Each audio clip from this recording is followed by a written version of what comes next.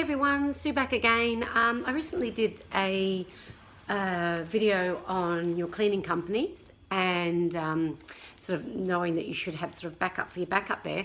Today I'm talking about cleaning products for your guests. Now, you know, we all want our guests to leave our properties clean, but you've got to leave them things there to make sure it's clean. So I don't say all your cleaning products, but you know, I like to leave at least a broom, a vacuum cleaner, dustpan and brush, and basic cleaning items like just a 3-in-1 or a spray and wipe sort of thing.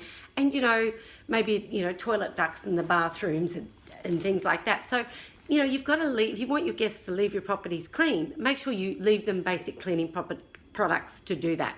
Now, I don't expect my guests to vacuum and mop for me, but in the dog-friendly ones, I do ask if they do have a dog that's excessively hairy and has shed a lot, if they could, you know, do a quick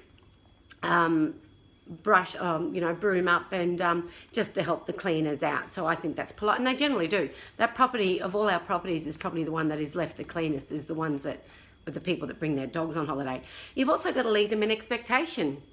Here's my my sort of welcome book that you know about, and this is the checkout page. So I've left the guests the expectation of what I ask, and it's done in a really polite way. I give them the checkout.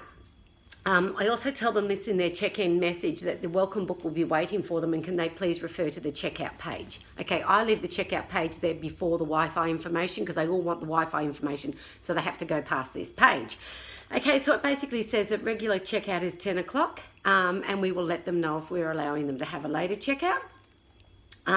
When they're checking out, we do not require them to strip the beds, but if they can leave the towels in the laundry, that's great. Don't ask them to vacuum and mop.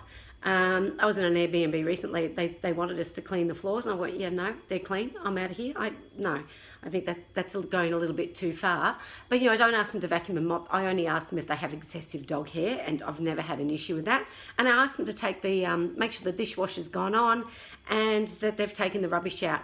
And of course, while you do that in summer, purely and simply, if your cleaner's not going to be there till the next day, generally mine are in straight away because my properties are very busy. You just don't want the flies and the smell and everything going on. You know, and obviously there when you say take the rubbish out and turn the air conditioner off. Look, I think I've only had guests leave the bin there maybe once or twice, and purely simply they just probably would have forgotten. I don't stress over it, but you know, you just ask them to take the rubbish out, which I don't think's that bad, because you may have a property where you might not have guests for another couple of days and you don't want a bin sitting around.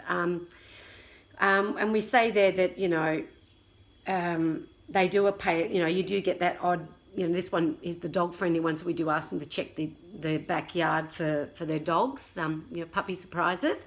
And then the last bit here, which I think is really important, because you get a lot of guests that get their, you know, get on their little soapbox because they've paid a cleaning fee.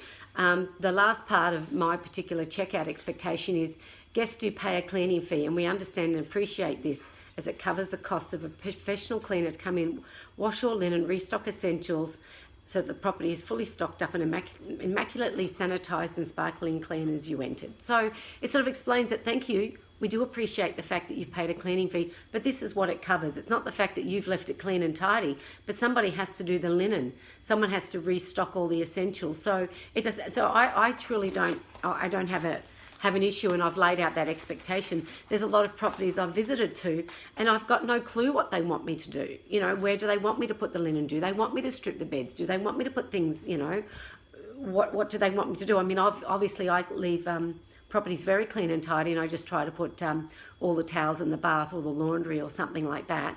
I don't necessarily strip beds. I don't like my guests stripping beds, because if there are marks or anything like that, the cleaners can see them easily and know whether they need to be soaked or sprayed or something like that with a pre-wash spray. So there you go. If you guys want your properties left clean and tidy, then leave the guests things that they can use to look after the property and keep them clean and tidy, and give them an expectation. And it doesn't need to be mean or harsh and go, you must do this and you must do that and da-da-da-da. You know, in a polite way, you can ask your guests to leave your properties clean and tidy. So I hope that's helped. Happy hosting. Mwah!